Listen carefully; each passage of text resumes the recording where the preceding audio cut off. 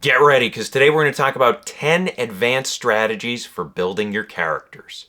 By the way, I've got a new book out. It's called Story Made Simple. It covers the 8 key elements of storytelling, which includes character. And if you want to learn more or pick up a copy today, you can check the link in the description below. One of my subscribers asked me to do a video on advanced character techniques or advanced character strategies. And I thought that was a great idea because, let's face it, if we want to write great characters, we've got to find ways to make them realistic and memorable, unique, all those great things. So today we're going to focus on 10 specific strategies. And I want to say right up front that I'm going to be discussing a lot of great information today. I don't want you to feel overwhelmed. So as you're going through this video, don't feel that you have to apply all 10 of these strategies. Just take in the information, see which ideas you like, and then start applying them to your writing. First strategy is what I call Tug of War Theory. And this is something that came up in a discussion that I was having the other day with another writer. And he was concerned about making sure that his protagonist was relating to his supporting characters and that the supporting characters truly belonged in the story.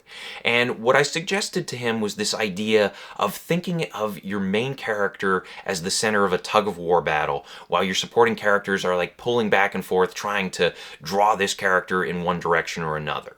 So basically the way this works is that you want to have your supporting characters rubbing off on that main character, trying to influence their character arc. For example, in Star Wars, Luke is at the center of the tug of war.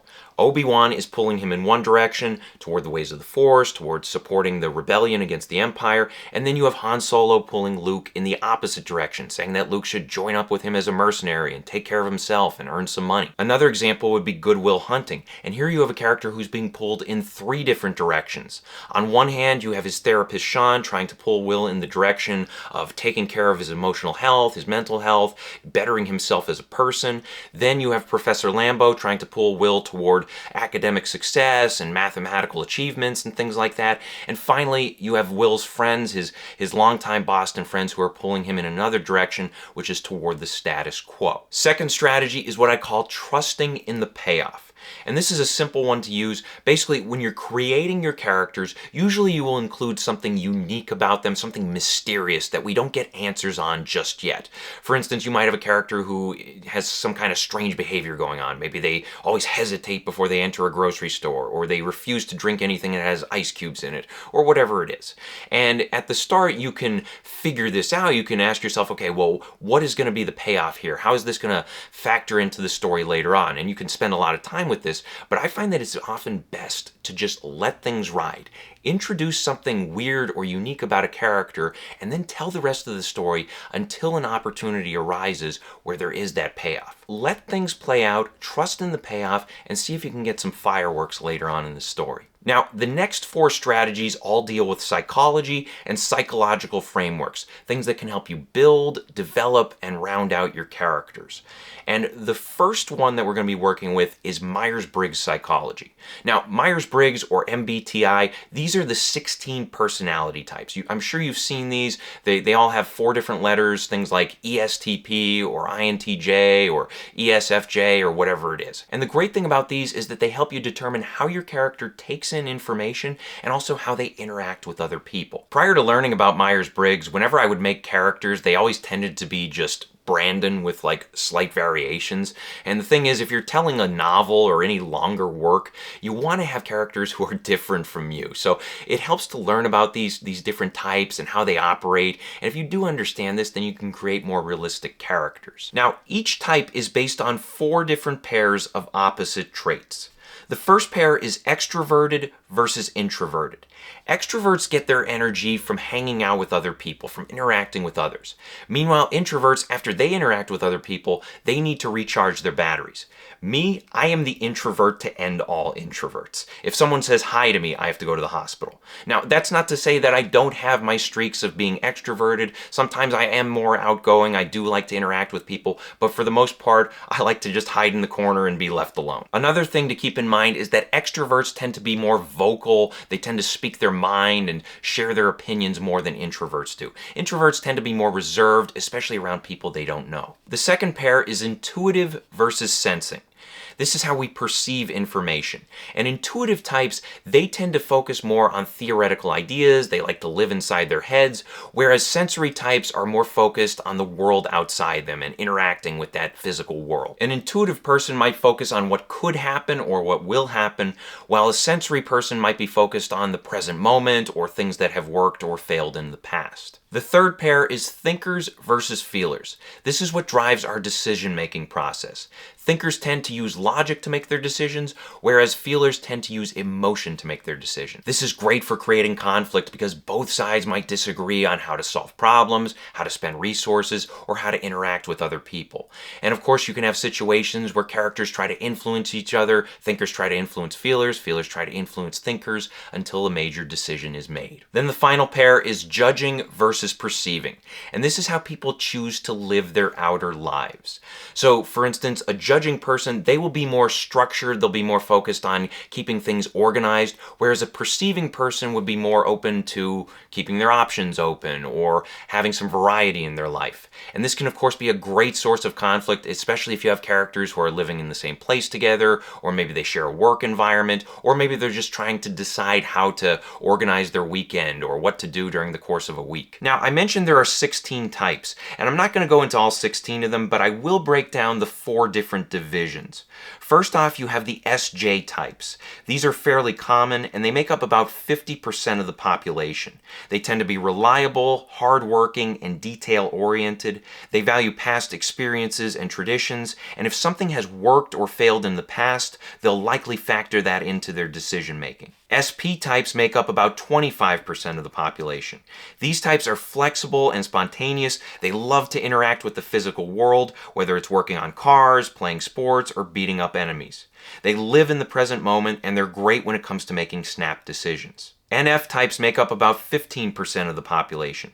They're driven by idealistic values and a desire to make a positive impact on the world around them. They're often emotional, empathetic, and focused on relationships, and they tend to think about the future and how things can improve. Finally, NT types make up about 10% of the population. These are the mad scientists, the visionary thinkers. They're logical, strategic, and analytical, and they're driven by a desire to understand how things work, and as a result, they tend to be good problem solvers and strategic planners. Our fourth strategy for today is another psychological framework, and it's the Enneagram.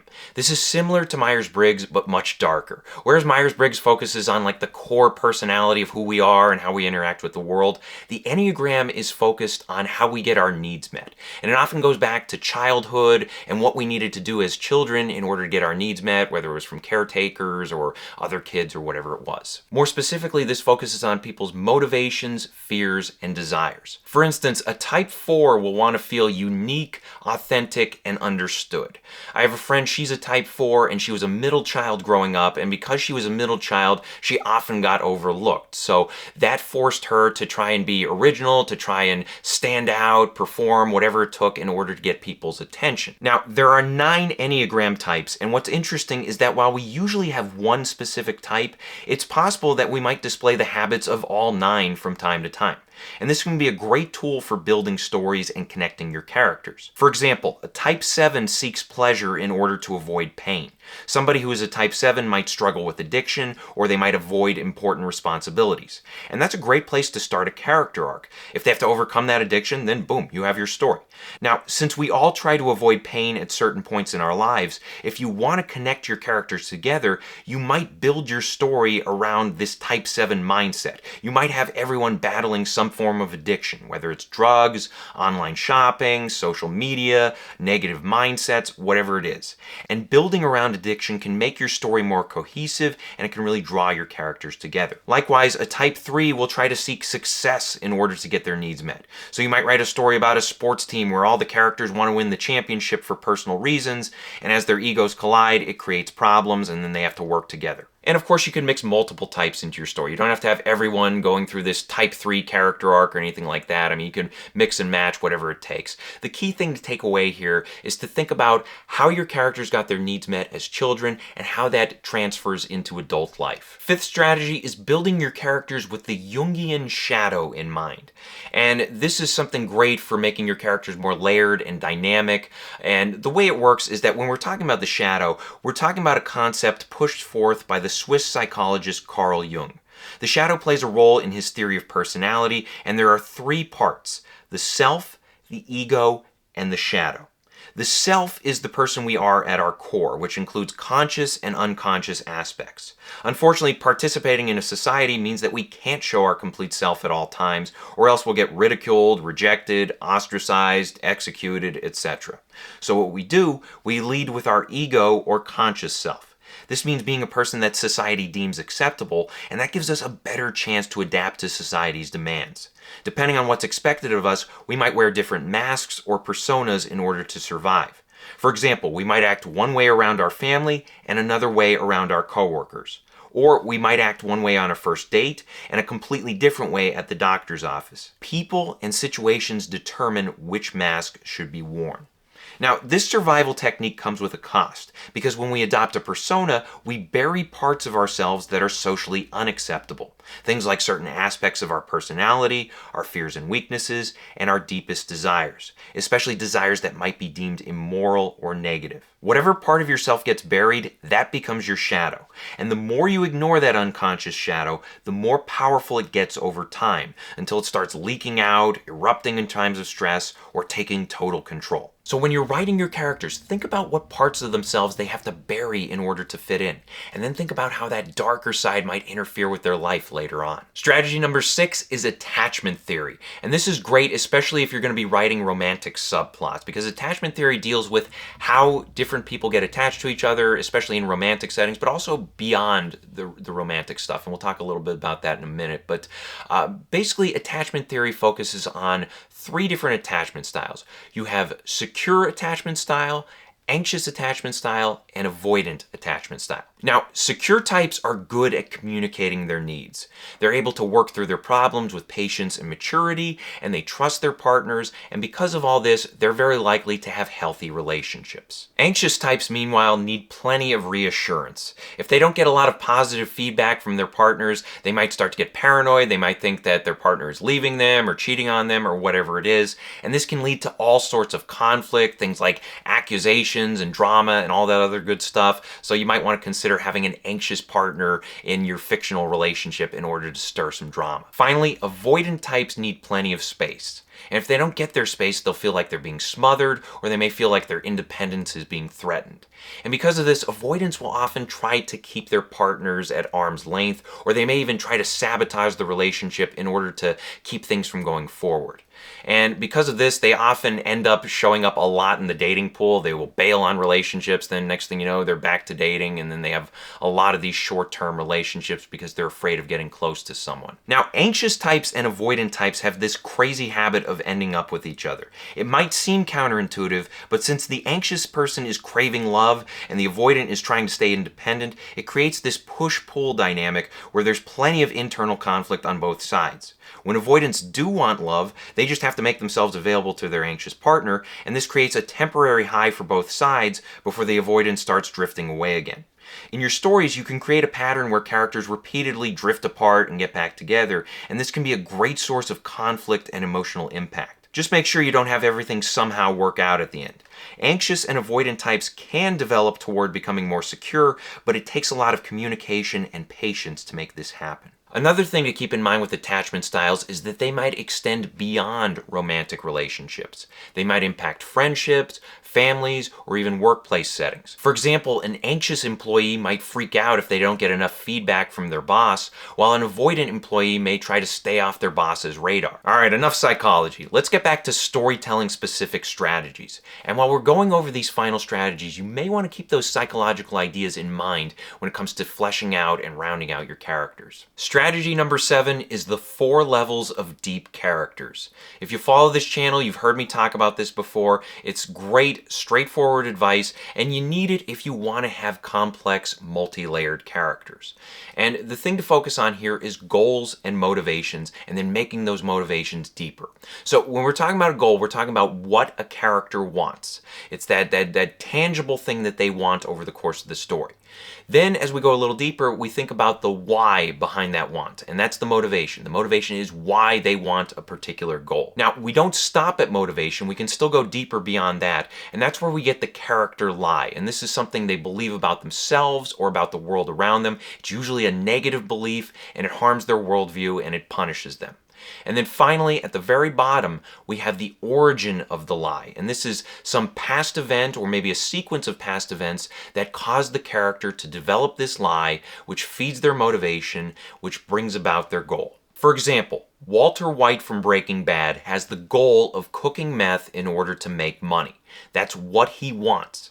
Now, the why behind it, the motivation, is that he wants to provide for his family. He gets a cancer diagnosis, he feels like he hasn't done enough to provide for them. Now he wants to make money in order to help his family. Now from there we go a little deeper. We explore his character lie. And his lie is that he believes the world owes him because they have ignored his brilliance for so long. And if we go deeper still, we figure out the origin of the lie. The origin is that years ago he co-founded a company and later sold his shares for a few $1,000s, only to see the company's value skyrocket to $2 billion.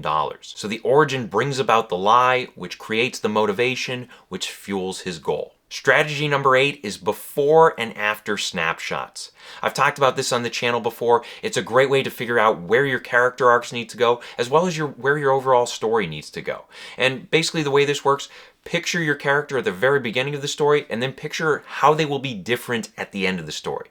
If they're miserable and poor at the beginning, maybe they end up rich and successful and happy at the end. Or maybe they start off rich and successful and happy, and then it's a tragic arc, and then things end with them dying or suffering or whatever it is. The key thing to remember here is that you want to have your ending in mind. You want to have that ending of the character arc and the ending of your story in mind. It's just like if we went on a road trip, and maybe we start in New York City and we work our way across the country to Los Angeles. If we have that end goal of Los Angeles in mind, there are tons of potential outcomes that could happen during the road trip. I mean, there's plenty of opportunities for creativity and wild things happening and everything like that. But if we have that end goal in mind, it'll keep the overall story focused. It'll keep our characters and our plot on track. And another thing to keep in mind is that you don't have to marry yourself to this end goal. Like for instance, maybe you come up with a before and after snapshot, and then somewhere along the way you realize that you want to tell a different type of story and you need to change the ending. You can always change it later, but have an ending in place and commit to it until you find a better one. Strategy number 9 is to give your characters both innocent and selfish flaws.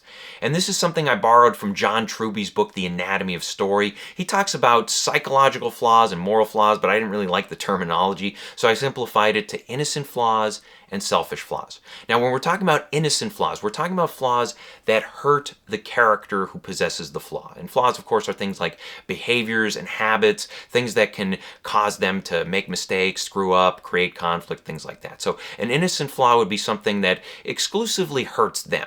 Now, when we talk about selfish flaws, we're talking about flaws that hurt other people. So, for example, you might have a character who is a penny pincher. Maybe they're very cheap. They're always, concerned about money, and it might be an innocent flaw if the only person suffering is them. Like maybe they waste a lot of time looking for coupons online, and they're always trying to save a few pennies and save $1 here and there, and they waste all this valuable time that they could put toward bettering themselves, and this would be an innocent flaw because they themselves are the ones getting hurt.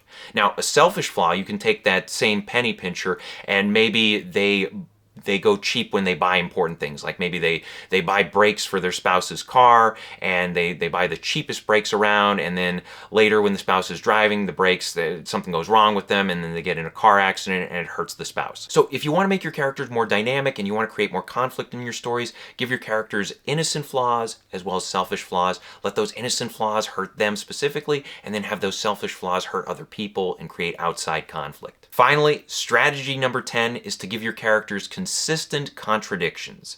And when we talk about contradictions, these are things that make characters more realistic, because let's face it, humanity is a complicated thing, and just because we say one thing doesn't mean we actually mean it, and just because we act a certain way doesn't mean that we can act in the opposite way just a few minutes later. So contradictions are part of life, and they should be part of our characters as well. Now, Robert McKee, in his book Character, he talks about creating contradictions by focusing on 3 different layers of a character. And he focuses on the outer layer, the inner layer, and the hidden layer. Now, the outer layer is the characterization, what we see, how they dress, how they act, how they interact with the physical world, things like that. The inner layer, meanwhile, is a character's conscious desires. What do they want? What are they struggling with internally that they are conscious of? And then finally, you have the hidden layer, which involves unconscious desires. What are those desires that they're not aware of? And you might tie this back to the shadow that we talked about earlier in the video. But what things are they unconsciously, or what unconscious things are going on inside their head that motivate their decisions and push them in different directions? Now, what McKee says is that each layer can contradict itself as well as the other layers. So this leads to 6 different possible contradictions. First off, you have the outer layer contradicting itself. This would be a situation where you have a doctor who smokes, or someone wearing a religious necklace while also sporting a satanic tattoo. Then you could have the outer layer contradict the inner layer. So you might have a successful lawyer on the outside who yearns to quit their job and become an interior decorator on the inside. Then you might have an outer layer contradicting a hidden layer. So you might have a devoted mother on the outside who deep down carries this resentment toward her children, but she would never admit it to herself. Next up, we have the inner contradicting the inner. So we have 2 conscious desires coming into conflict. McKee calls this the adulterer's dilemma. This would be a situation where someone might love their spouse, but also love someone else, and that would create all sorts of internal conflict. Next up, we have the inner layer contradicting a hidden layer. And this is what McKee calls the lover's dilemma. You might have someone who genuinely wants to get married, but at the same time, deep down, they fear commitment. Finally, you have a hidden layer contradicting a hidden layer.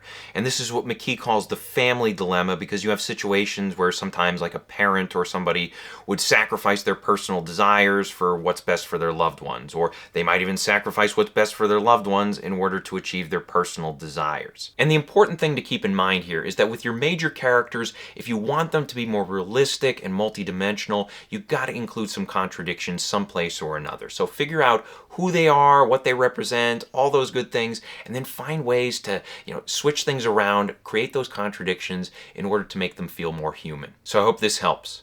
Question of the day: who is your favorite complex, multidimensional character? Let us know in the comments section below, and also let me know if you'd like me to explore any of these strategies in greater detail in a future video. Thank you for watching. If you want to support the channel, please pick up a copy of Story Made Simple and be sure to leave reviews on Amazon. This is a great book for newbies and veterans alike. It covers the 8 key elements of storytelling, everything from character to world building to pacing. Also, be sure to check out my other videos, like, share, and subscribe, maybe support me on Patreon, and as always, remember to keep on writing.